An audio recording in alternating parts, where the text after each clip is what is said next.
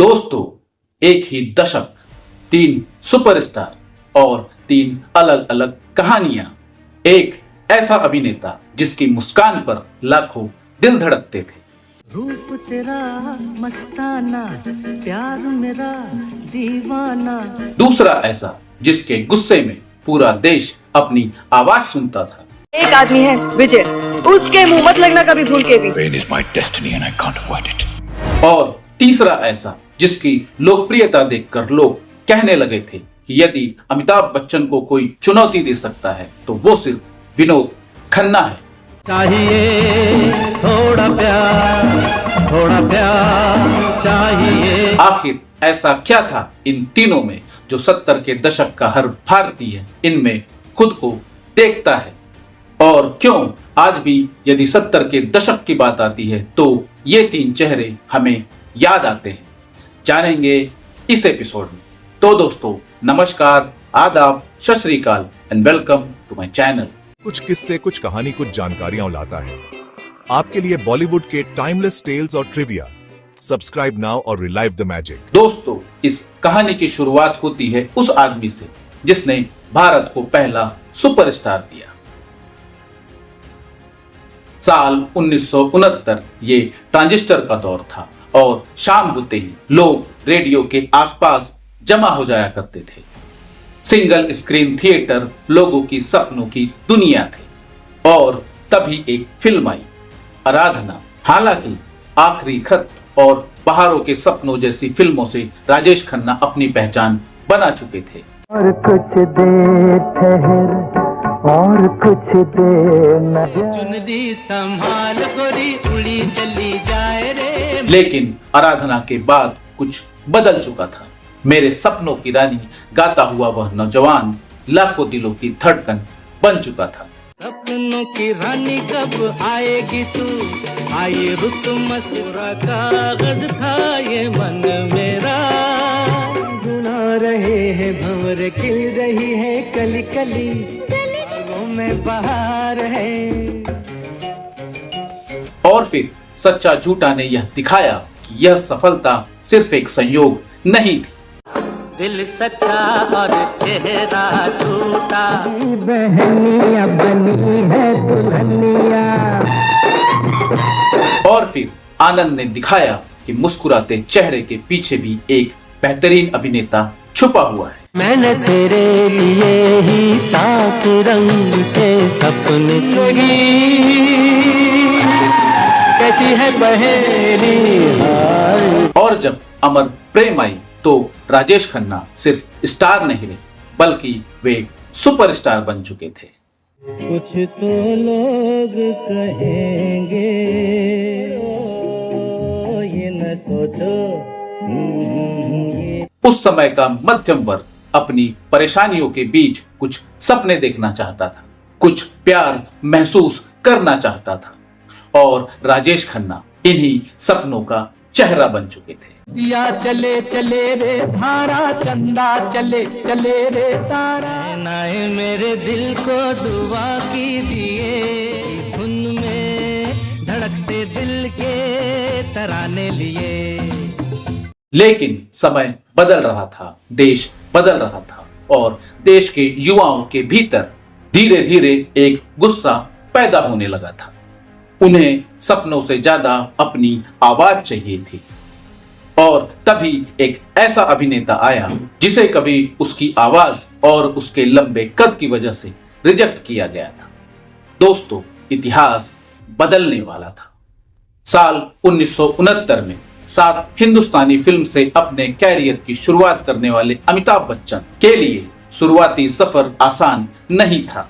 फिल्में आती रही, असफल होती रही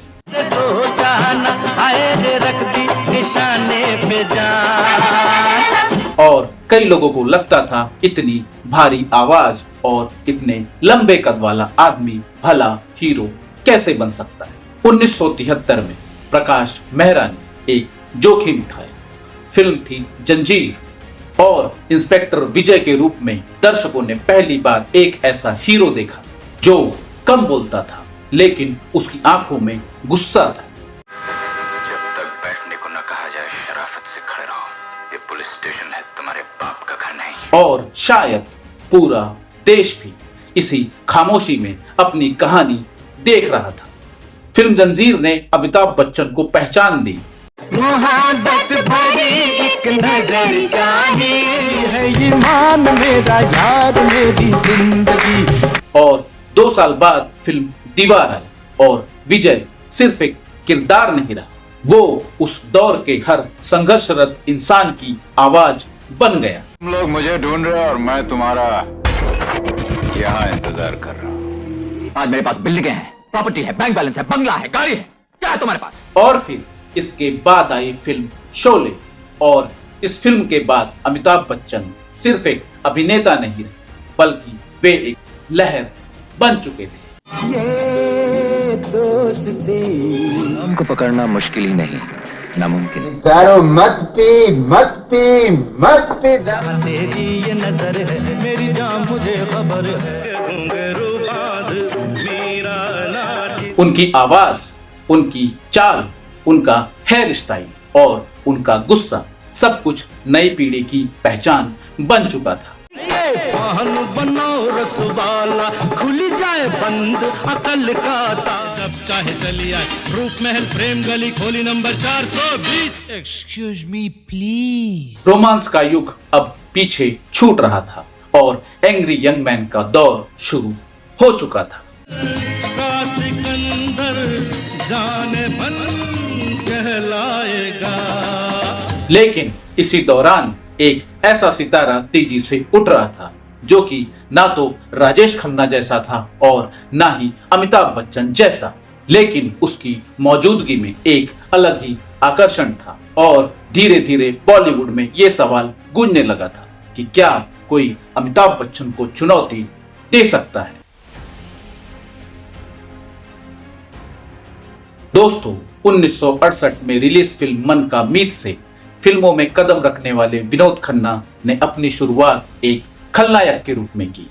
तुमने अपनी जिंदगी में सैकड़ों हजारों मुर्दे देखे होंगे, लेकिन लाश देखकर यह पता नहीं चलना चाहिए। लेकिन उनकी आंखों का आत्मविश्वास, उनका स्क्रीन प्रेजेंस और उनकी आवाज उन्हें भीड़ में अलग बनाती थी। मेरा गांव मेरा देश के बाद लोगों ने उन्हें नोटिस करना शुरू कर दिया था। गब्बर सिंह ने सिर्फ 2 ही बातें सीखी हैं, एक मौके का फायदा उठाना, दुश्मन का नामो निशान मिटा देना। लेकिन असली बदलाव आया 1975 में रिलीज फिल्म हेरा फेरी से।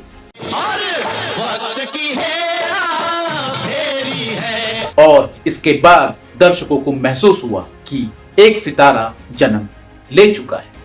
दोस्तों, विनोद खन्ना में वो सब कुछ था जो कि एक सुपरस्टार में होना चाहिए। शानदार व्यक्तित्व, रोमांस, स्टाइल, एक्शन और अभिनय में सहजता। हम अपना कह लेते यारो। अमर अकबर एंथोनी फिल्म की सफलता ने उनकी लोकप्रियता को एक नई ऊंचाई दी। तुमसे हो गया है प्यार क्या अकबर एंथनी। और मुकद्दर का सिकंदर फिल्म आते आते वे सुपरस्टारों की कतार में खड़े हो चुके थे। जिंदगी है प्रेम करना जाने हो जाने जाना कर ले जाने जा तेरे बिन मैं न रहूं मेरे बिन तू न। और इसके बाद इंडस्ट्री में एक सवाल धीरे धीरे गूंजने लगा था कि आने वाला दशक अमिताभ बच्चन का है या विनोद खन्ना का। हम तुम्हें चाहते हैं आज सावन की फिर वो झड़ी है बिना साथ मेरा ओ हम नवा। तो दोस्तों, कैसा लगा हमारा आज का ये एपिसोड? आप हमें कमेंट्स के माध्यम से बता सकते हैं तथा चैनल को लाइक, शेयर व सब्सक्राइब करना ना भूलिए। मिलते हैं नेक्स्ट एपिसोड में। मैं आपका विनय कुमार।